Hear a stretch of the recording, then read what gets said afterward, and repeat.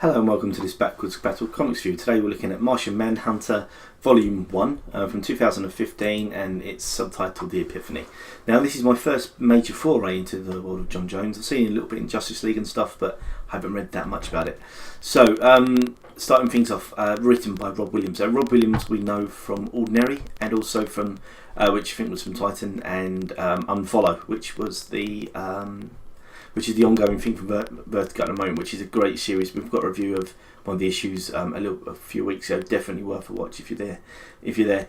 Rob Williams he brings in some elements from older stories, things like this. You can feel a little bit of H.G. Wells going through the story, definitely, but he brings in lots of other little bits and pieces that the story does play out quite nicely. There's crazy characters and serious things as well, but all together it just works out really, really strongly.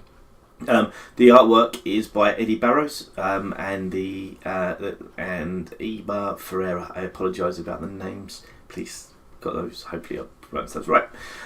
So first things first. This is not an origin story. This is a story about Jon Jones when he's on England. When he's on Earth. So from that, you don't really need to know a lot of backstory, but it does help a bit. But you can come into this quite cold, and it brings you up to speed and throws you straight into the action. The idea being is that for all intents and purposes, our hero believes the fact that Mars is destroyed and he's the last Martian. As things turn out, there's different bits about that. So what he has to basically do is separate himself because he's worried the fact he's going to become a weapon. Now, as the story goes on, all this plays out. It works out nicely in the fact of he meets members of Justice League.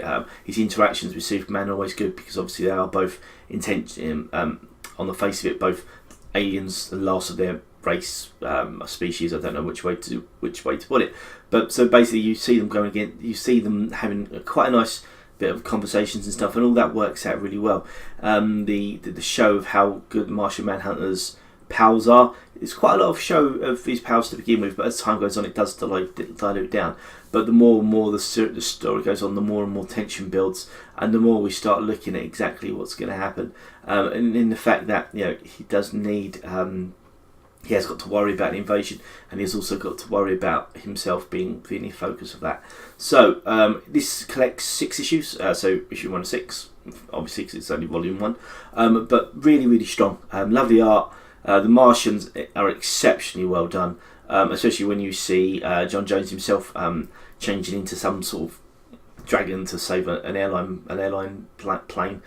You look at that sort of stuff and you just think, yeah, this is absolutely great. There are a couple of points where it does drop off a little bit. I'm not gonna try to blow smoke off anybody, but generally speaking, it's a really, really, really strong series to begin with. So hopefully be reading this and following on from here. So all I'd say is if you any comments on Martian Manhunter or anything else, just don't hesitate to leave a message behind. Do take care and thank you very much for watching.